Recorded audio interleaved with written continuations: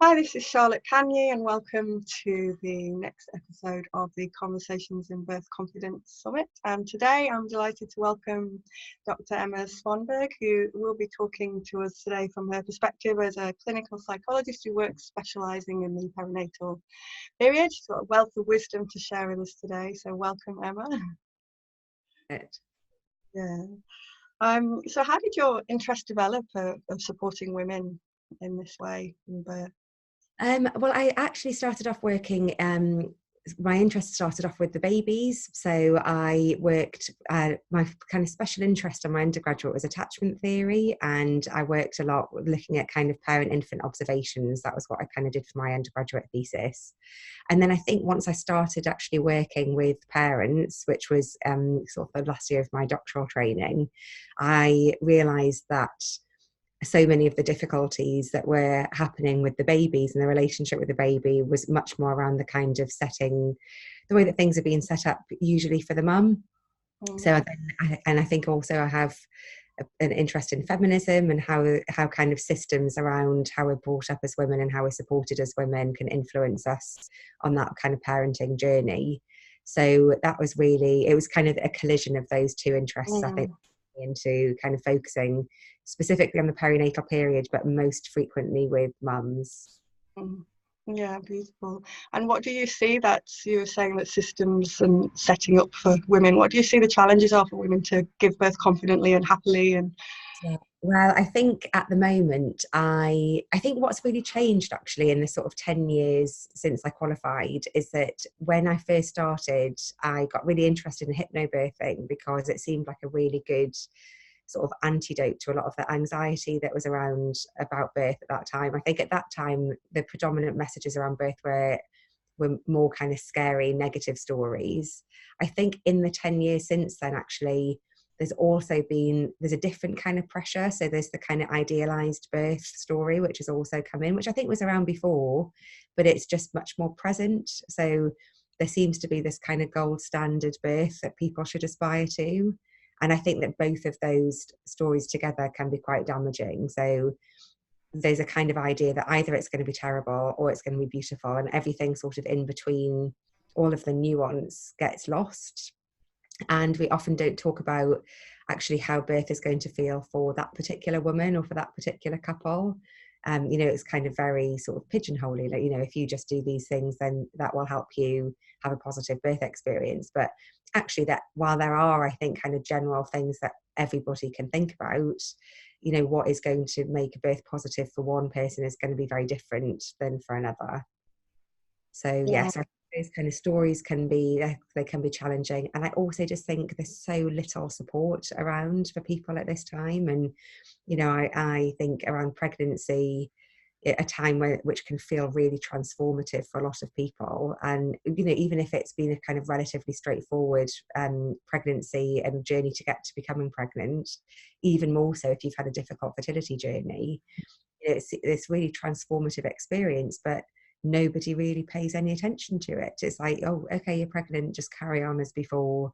You've got to pretend that actually not only is life exactly as it was before, but you can still do everything that you could do when you weren't pregnant. It's almost like a denial that you're going through something that is quite fundamentally life-changing. You can't really carry on as before growing a baby. It takes a lot of energy, doesn't it? Yeah, but we really try, most women really try, and if anything, sort of overcompensate for the fact that they're tired and actually, their body's telling them to rest, but everything around them is like, no, you're just going to keep on going. And, I think there's a lot of places where pregnancy is almost seen a bit like a weakness. You've got to sort of prove that you're not weaker, which I think is really interesting. That kind of idea that something that for many people is the first time that they have kind of really set themselves apart from their male counterparts, in becoming pregnant, it automatically then becomes something that we have to deny.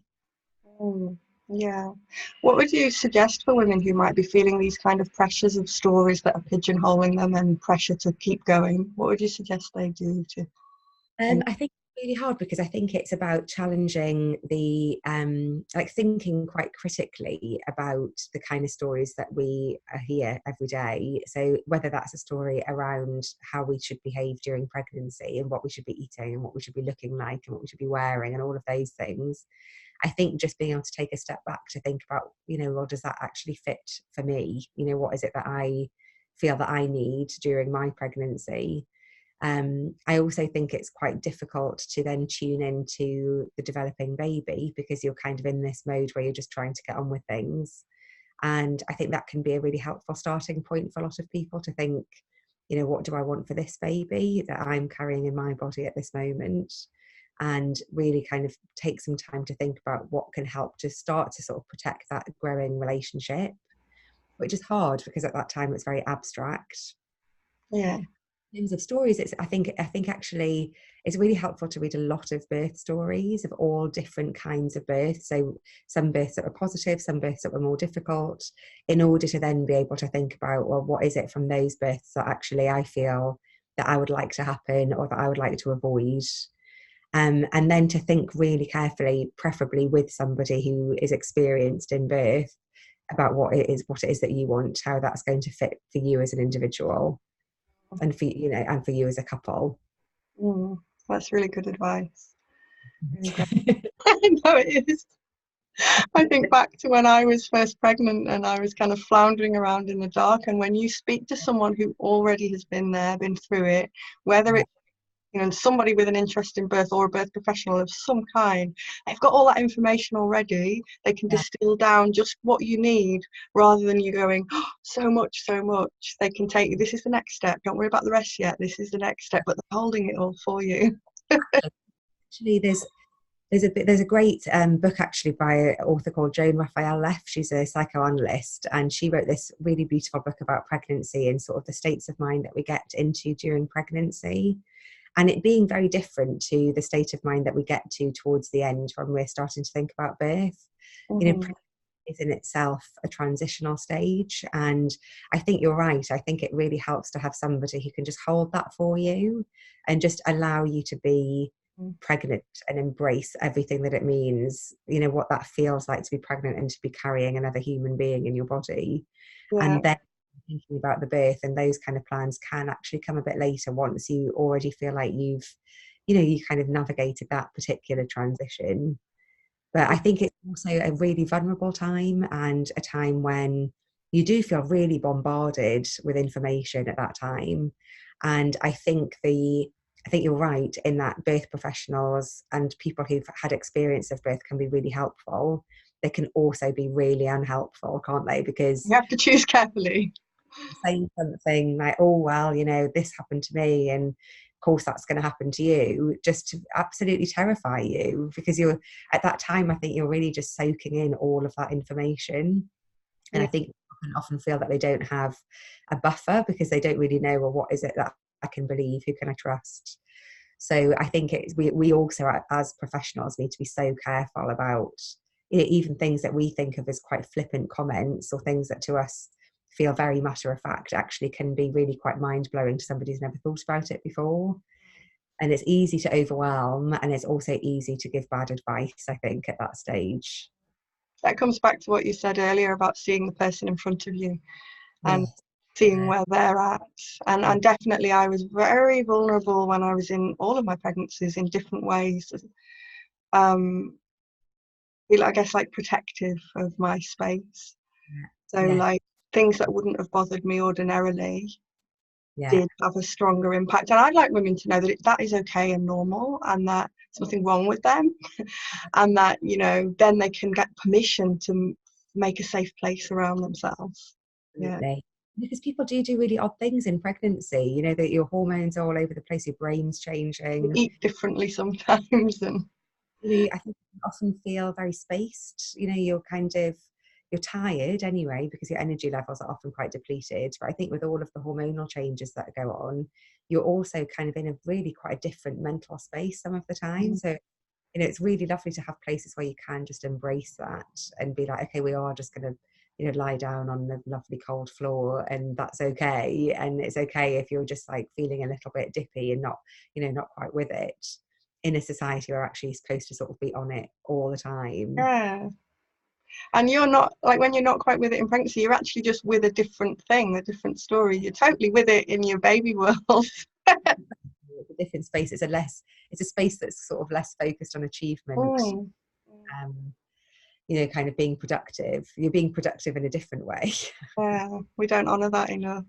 I like what you said about focusing on each moment throughout the pregnancy. It's like when a lot of the spiritual kind of teachings are about appreciating now and being now, and we sort of rush to the next goal, and the goal is giving birth and having the baby, but actually the pregnancy is really amazing what we create in the whole body. So, And just being able to tune into it, and I think it can feel quite difficult for a lot of people, which is something that we probably don't talk about enough, that some people can feel very invaded by their pregnancy and by their body changing.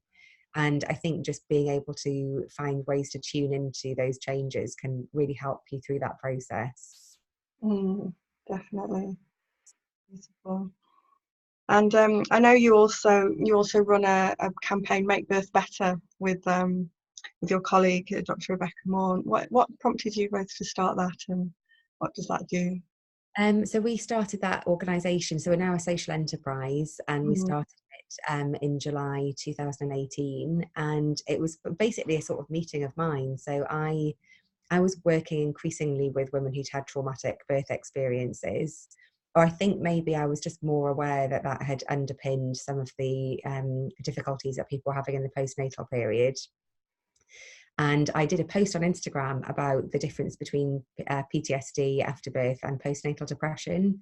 And lots of women contacted me to say, oh, I think that was what I went through. I had no idea that was something that could happen. So on the back of that, I invited people to send me their birth stories, and I analysed them and kind of grouped them into themes, which originally I then set up a website just to kind of share the results of that analysis and to offer kind of places for support. And then through that, I then got back in contact with Becca, she's a perinatal psychiatrist, and we did cross paths a long time ago in Tower Hamlets. We both worked in Tower Hamlets. She set up the perinatal mental health team there.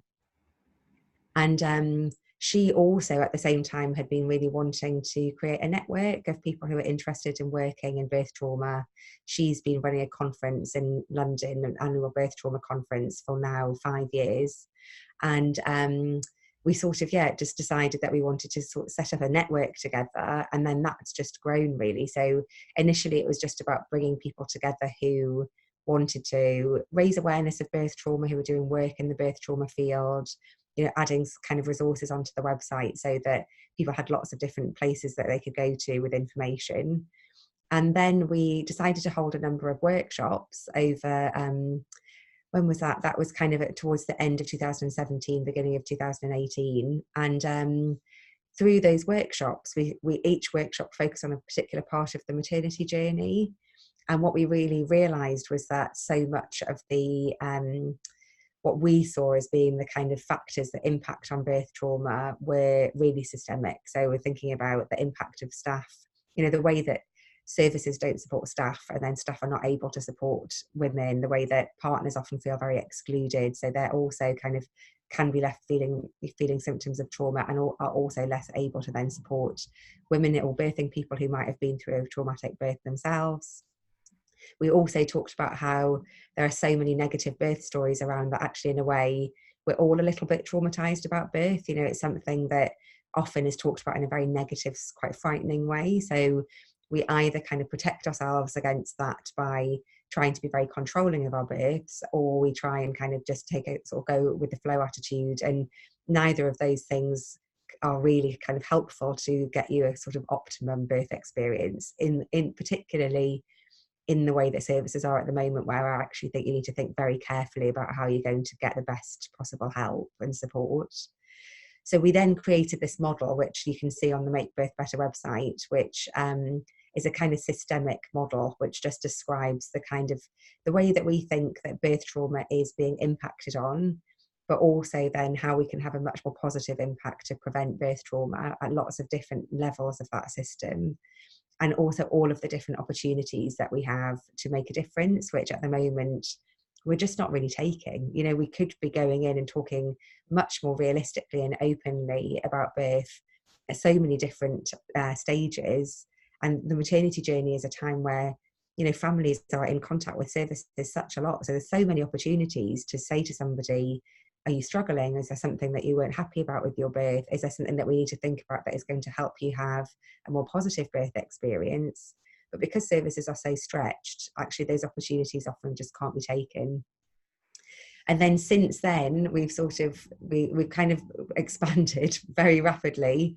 So what started off as just being a kind of awareness raising organisation, we are now focusing on offering sort of training and support to services. So that's our kind of next step, really, so that we can try and get in there quickly and try and figure out ways that services can be preventing birth trauma.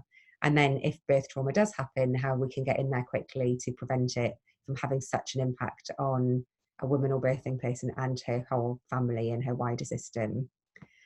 So that's it in a nutshell. It sounds amazing. It sounds really great. And if there's a woman listening who hasn't yet given birth, what kind of tips would you offer her to get the optimal birth you were talking about? Well, I think, again, it's about sort of what's going to be helpful to you as an individual. We did create a number of crib sheets. So from the workshops, we created some working groups. So we have a number of resources on the website that are free to download, and there is a crib sheet on there about trauma-informed antenatal care and birth planning. And the reason that we did that was because we really wanted to take all of the experiences that we've heard from women who've been through traumatic births, and it's usually women that we hear from, in order to then be able to inform what can be helpful for those people who are maybe just coming into their pregnancy or thinking about planning their first birth. It's a really fine line, obviously, as you can imagine, because we don't want, you know, when you start talking about birth trauma, if you're newly pregnant and a first Traumatic. that in itself is really frightening. But I suppose our sort of argument for that is that if we understand what can make birth traumatic, then we know what we can avoid. And the key thing in so many different birth stories and in all of the kind of birth trauma research, there are lots of different factors that can make somebody more likely to have a negative experience or a traumatic experience. So if we can take those factors and think about how to plan to avoid that, then that's kind of one starting point.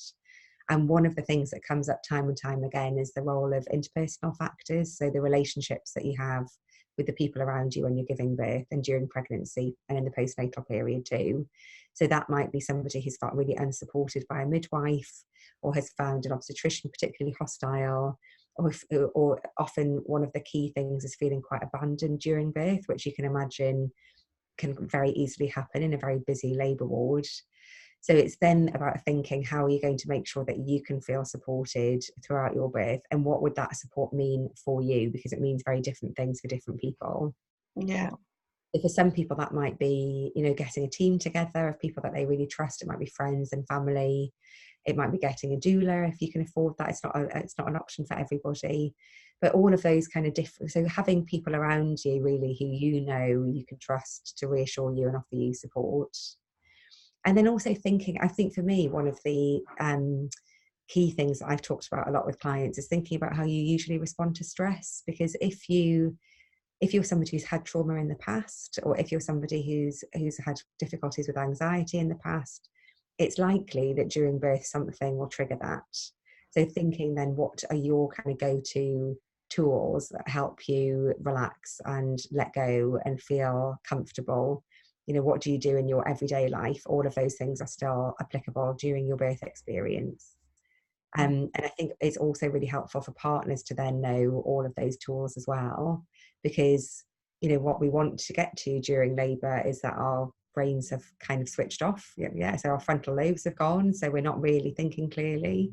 So we also need our partners or our birth partner to be able to almost take on that role of being our prefrontal lobes and thinking things through for us. So reminding us of all of those things that will help us stay calm and also help us stay present, because we also don't want people to dissociate during labour. You know, we want them to be present but relaxed. So that's kind of the ideal.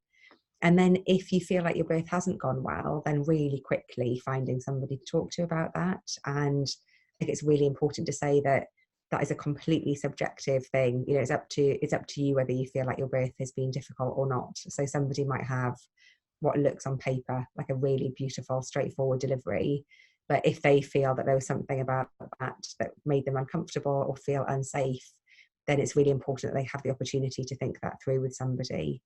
Yeah, definitely. Definitely. Definitely. Don't want to be dismissed when you're voicing something. Yes, And exactly. I notice as well that sometimes we do that to ourselves as women in general, that we've had a bad experience and we minimize it. We you know, the, oh, you've got a healthy baby, Yeah, what's your problem kind of attitude can come from us as well. So, and also I think there's a certain level of suffering we kind of in society are conditioned to put up with. yeah, I don't know how else to put it, so that when we have a bad birth we don't realize just how bad it was. yeah, It was so quickly that we put it down, especially with the joy of a baby, when that that then we when we start to explore it we realize. So I've had a number of clients who haven't classed themselves as having had a traumatic birth until they start to talk with me and they go, actually, yeah, that's what it was. yeah. So it's really good to talk about these things, to get permission to get support.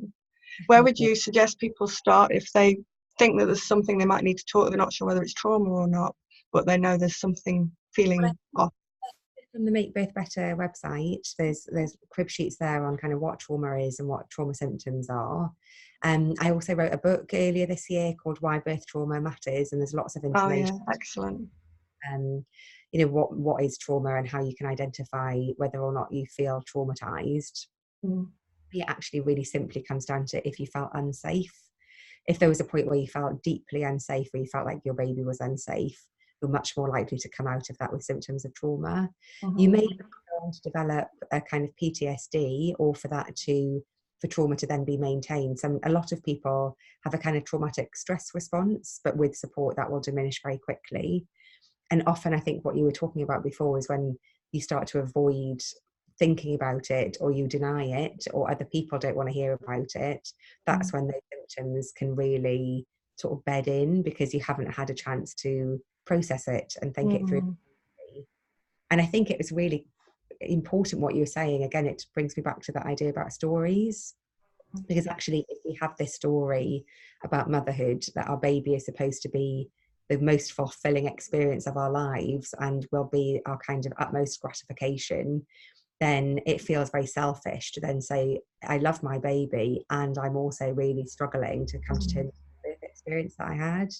And I think, you know, it almost goes back to original sin. That's why I think feminism really comes into everything mm, that we're talking about here, because, you know, we are brought up, whether it's explicit or implicit, with an attitude that women will suffer during birth, and that, you know, that is just a woman's lot, and that is part of our experience as women. And it's only really when you start to question those ideas, or you start to think about them, that you can then go, actually, is that a story that I really want to take forward? Maybe my experience can be different.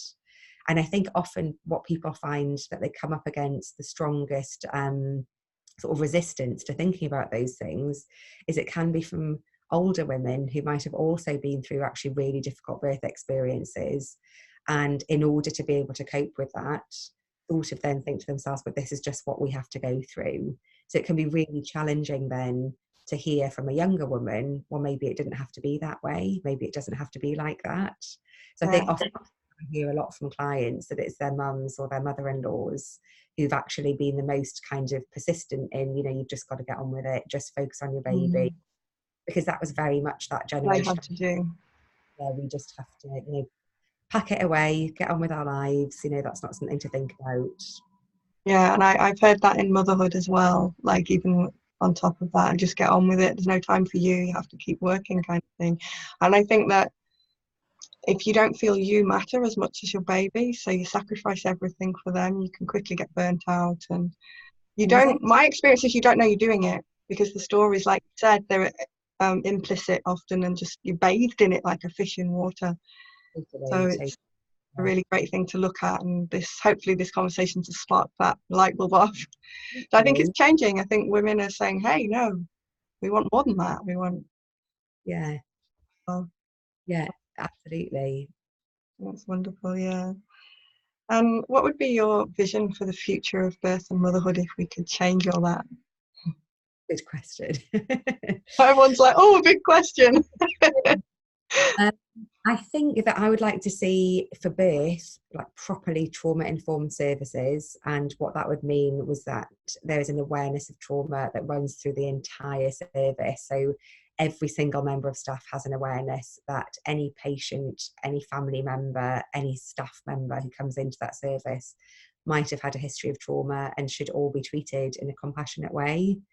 And I think there's a lot of work that needs to be done looking at staff trauma and looking at how we support our maternity staff.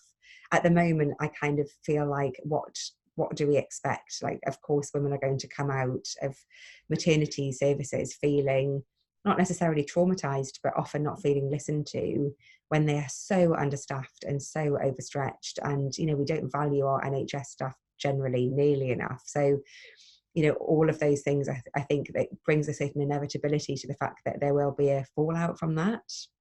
So I'd like to see really, you know, well thought through trauma informed maternity services. And I'd like to see a lot more support for, you know, women and families when they start that journey through pregnancy, birth and early motherhood. I mean, in my ideal world, there would be lots of free support available to families at that time, so that there's places that people can go that feel like safe spaces where they can get all of the support they need, be that breastfeeding support, emotional support, physical support, a women's health physio.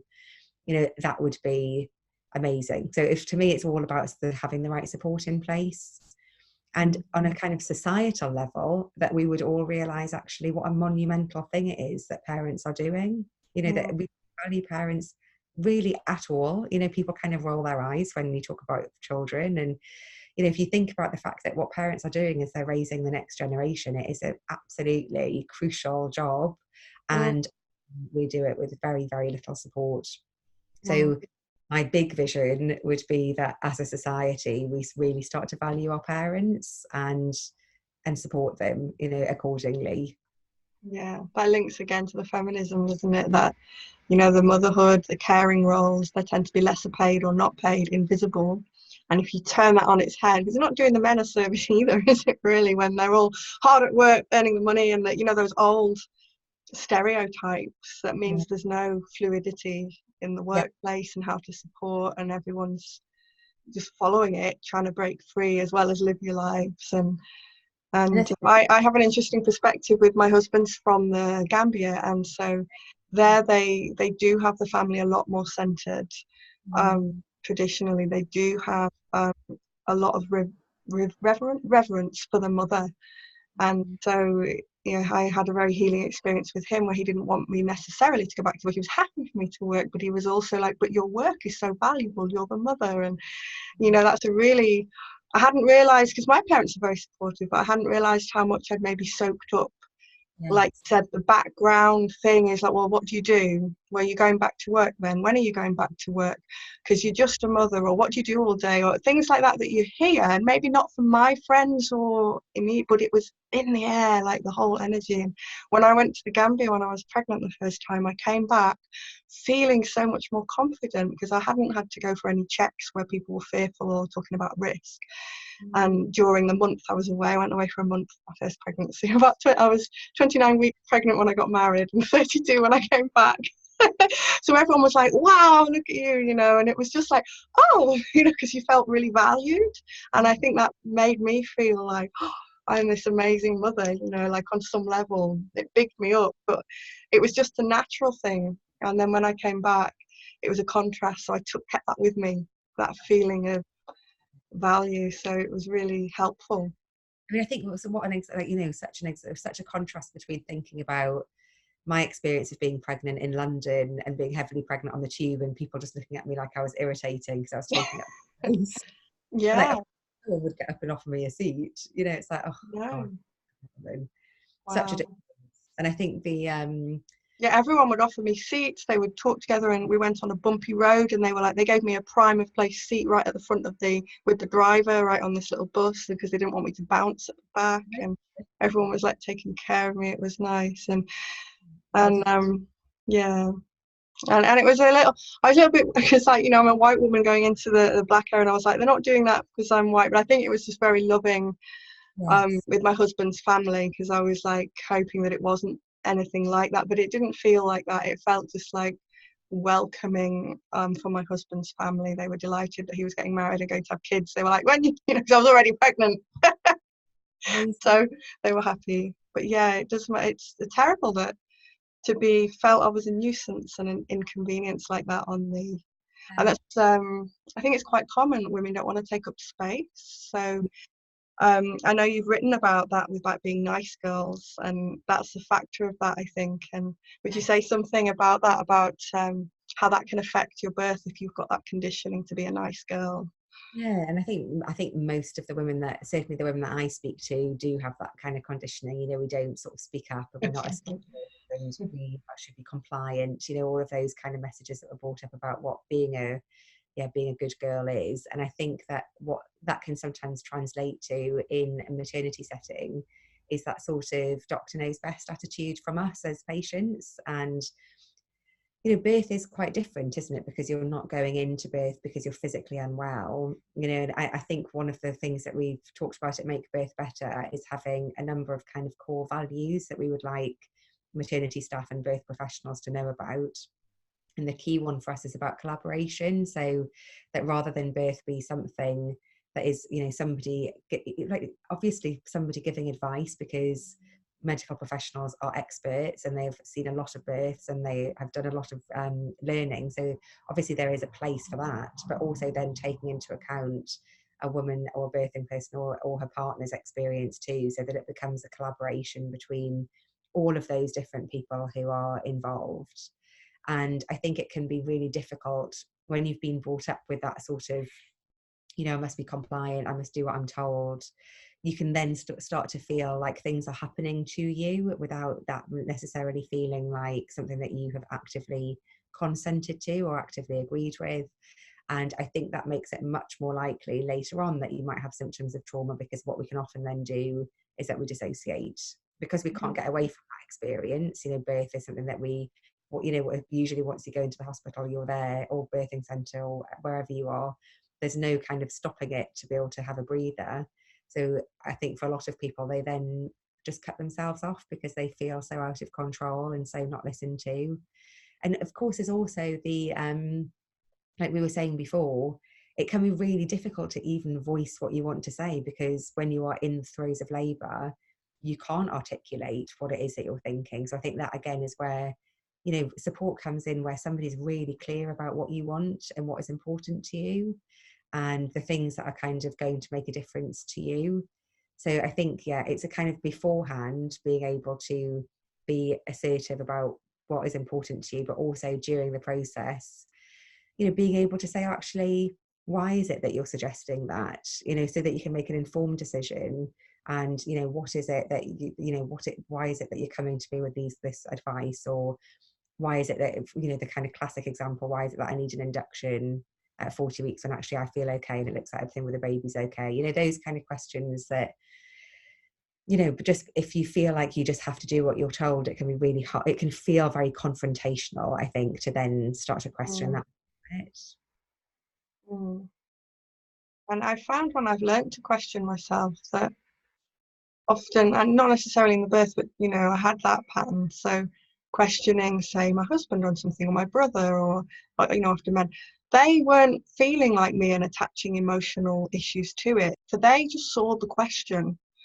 Yes. Husband's the classic where if I say fine to him, he will either think that I mean it, or if you say how are you, fine, or he'll hear that I'm not but think that I mean, oh, I don't want to talk about it now, because he would just say it straight how it is. And so when we have that pattern going on, we don't always say it straight how it is, we can't voice it, but the other person, particularly men, are more straightforward. So when we do question, they don't add a whole load of story on the back. They hear the question and Yeah. answer. Not always, maybe, but often I have been in the past fearful of what my question will be received, because then it's, like you said, confrontational. Yeah, but I think there's something there about the difference between being assertive and being aggressive. And I think Yeah. that women are often brought up feeling that they can't be in any way aggressive, and that means that they often can feel quite frightened of also being assertive. Yes, that's a really good explanation. There are many different examples where that is not the case, and we're sort of generalizing it. But if you just think about the way that girls and boys are still socialized, and actually in some ways it's kind of getting worse instead of better somehow. I think our kids are growing up in an even more gendered age than previously. There is still that attitude of boys will be boys, and if boys are aggressive, it's much more tolerated. So actually just being frank and asking a question, if it's okay to be confrontational, if it's always okay for you to have been confrontational, it's much easier for you to say that. Whereas I think for a lot of women, they're brought up thinking that girls mustn't be in any way aggressive. And also added onto that is the layer of we're supposed to be nice all the time. We're supposed to be light. It's kind of catastrophic if somebody doesn't like us. It becomes very important, how we're viewed by the people around us. So then, just that one question becomes so loaded, because it's not just about how am I coming across, but how are they going to receive it? And are they going to, what are they going to think of me if I ask this? So it becomes a really complicated interaction, rather than just I've got a question and I want an answer. And that's before you delve into the fact you have got a question and you need the answer. Like that's enough in itself when you're pregnant if you don't know something. Yes. We've got a whole thing about that as well. But I think it's something that we really need to challenge, like so urgently. That this kind of idea that we mustn't kind of raise our heads above the parapet, that we need to just go along and kind of put up with things. And I think when coming back to birth, I think you hear that such a lot from people. I'm just going to go with the flow. I don't want to have any expectations. And of course, we've all got expectations. It's just that we haven't then brought them to consciousness. We're sort of in denial because we have all of these stories. We have all of these ideas. Whether we like it or not, we have formulated an idea about what birth is going to be like and what we want from that experience. And then because of that, I don't really want to ask for too much. I just want to kind of go along with things.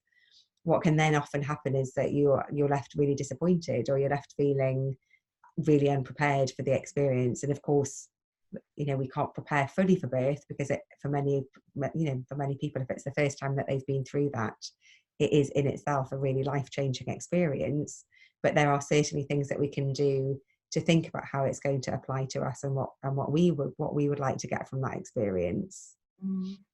Yeah, I think it's quite ironic that women can end up disappointed when often not voicing their needs and desires is to avoid the disappointment, to avoid getting disappointed in the first place. But then you get kind of almost asking to be disappointed because you've still got the desires, like you said. You can't get away from having those desires and thoughts and expectations.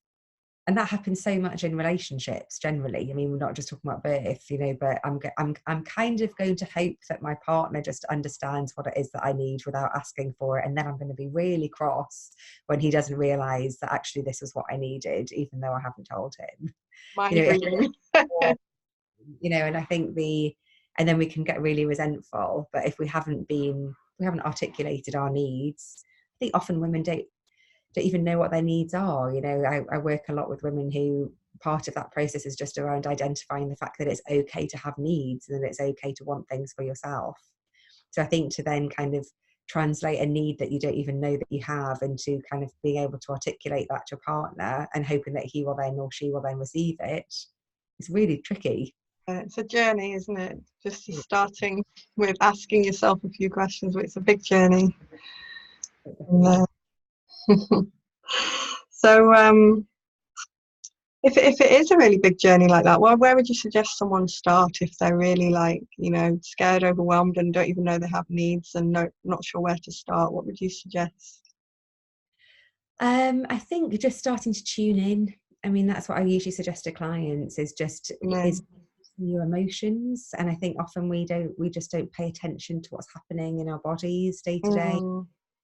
Being able to learn how to read the messages that your body is giving you and kind of translate that into emotions, and then think about what those emotions are telling you. So I think mindfulness is a really good way of starting to learn that process. And it doesn't have to be a sort of 20-minute long mindfulness practice. It can also just be, you know, every time you go and put the kettle on, just close your eyes and check in with yourself and think about how you're feeling, think about what's going on in your body, think about what's going on in your mind, you know, any kind of feelings of discomfort.